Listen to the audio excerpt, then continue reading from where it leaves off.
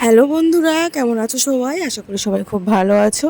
তো আজকে ব্লগটা আমি যেমন বলেছিলাম তোমাদেরকে আগের ব্লগে আমি তোমাদের সঙ্গে আমার ছোটোবেলার কিছু মুহূর্ত শেয়ার করেছিলাম। যেমন মানে জল ছেঁচলে বা ঘেরে কাদাতে না নামতে দেওয়া, সেই ব্লগটা তোমরা নিশ্চয়ই দেখেছো। আর যদি না দেখে থাকো তাহলে আমার ইউটিউব চ্যানেলে গিয়ে অবশ্যই দেখে নিও। তো আজকে ব্লগটা আমি এখান থেকে শুরু করছি। আজকে আমাদের বাড়ি থেকে যাচ্ছিলাম জলকর বলতে ঘের, যেটা আমি আগেই বলেছি। ওখানে আজকে হচ্ছিল জল ছেঁচা, কারণ মাছ ধরা হবে। আর আমি যেহেতু বাড়িতে গিয়েছিলাম তো সেই সময় জল ছেঁচা হচ্ছিলো, তাই জন্য তোমাকে মাছ ধরাটা তোমাদেরকে আমি দেখাতে পারবো না, কিন্তু আমি তোমাদের বলেছিলাম যে জল ছেঁচাটা অবশ্যই দেখাবো। তো তার জন্যই আমি আর বোন চলে যাচ্ছিলাম।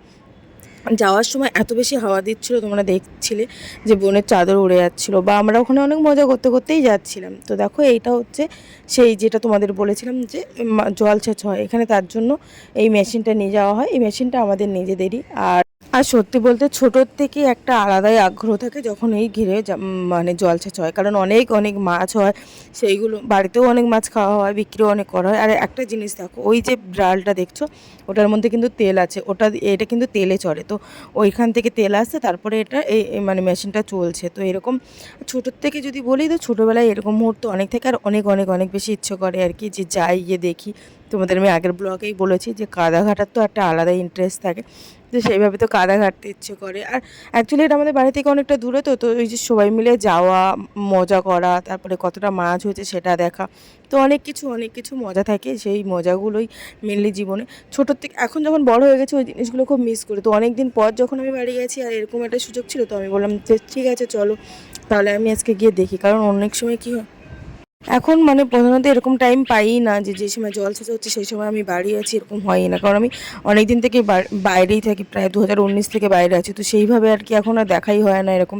আর যখন আগে ছিলাম তখন দেখো, বলে না যে দূরে গেলে মায়া বাড়ি, এরকম। যখন আমি এই বাড়ি থাকতাম তখন কিন্তু আমার এইগুলো দেখতাম, ও ছোটো থেকে অনেক ইন্টারেস্ট থাকতো, কিন্তু যে যেতেই হবে এরকম ব্যাপার ছিল না। কিন্তু এখন যখন বাইরে আছি তখন মনে হয় না না যেতেই হবে, দেখতেই হবে, এরকম ব্যাপার। আর এখানে দেখো এখন এই যে স্টার্ট দেওয়া হচ্ছে, এইভাবে স্টার্ট দেয় আর তারপরে জল ওঠে। সেদিনকে একটু মেশিনটা খারাপ ছিল বলে মানে হচ্ছিল না আর কি, অনেক পরে হয়েছে, কিন্তু হয়ে গিয়েছিলো আর কি। তো তারপরে আমরা ওখানে অনেকক্ষণ মজা মানে ছিলাম, অনেক দেখছিলাম। আর মানে রোদটাও ছিল, হাওয়াটাও ছিল। তো শীতের সময় রোদ হাওয়া মিলে ভালোই লাগছিলো। রোদও অনেকটা বেশি ছিল, তেজ ছিল, আর হাওয়াটাও অনেক দিচ্ছিলো। তো হাওয়াটার জন্য অনেক ঠান্ডা লাগছিলো, আর রোদটার জন্য অনেক বেশি ভালো লাগছিলো। দেখো ওখানে ওইটা করছি না, ওই যে জলটা মানে পাকটার মধ্যে ঢকাচ্ছে আর কি, ওখান থেকে জলটা বেরোবে, পাক বেরোবে, কাদা বেরোবে আর কি, যেটাকে বলে পাক কাদা বলে আমাদের এদিকে।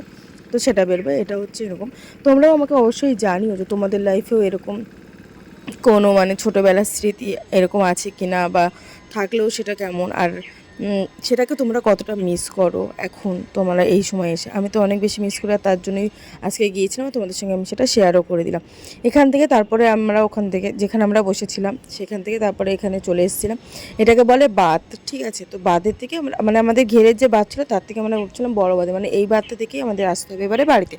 তো সেখানে আমি উঠছিলাম, তারপরে বোনকে আমি বললাম চলে আয়, বোন আসছিল না, তো কথা বলছিল। তারপরে আমি বললাম ঠিক আছে চলে আয় তাড়াতাড়ি, এবার বাড়ি যাবো, কারণ ওদিকে আবার লেট হলে মা বকা দেবে। তো তারপরে ওখানে চলে গেছিলাম। আর এইটাকে তোমরা জানো কিনা আমাকে জানিও, এটাকে বলে কেওড়া ফল আমাদের গ্রামের দিকে। আর ওই জল করে মানে ঘেরেই হয় আর কি, খেতে টকটক লাগে, হেভি টেস্ট। কিন্তু এখানে পাড়াটা ওঠাটা গাছে খুব চাপের।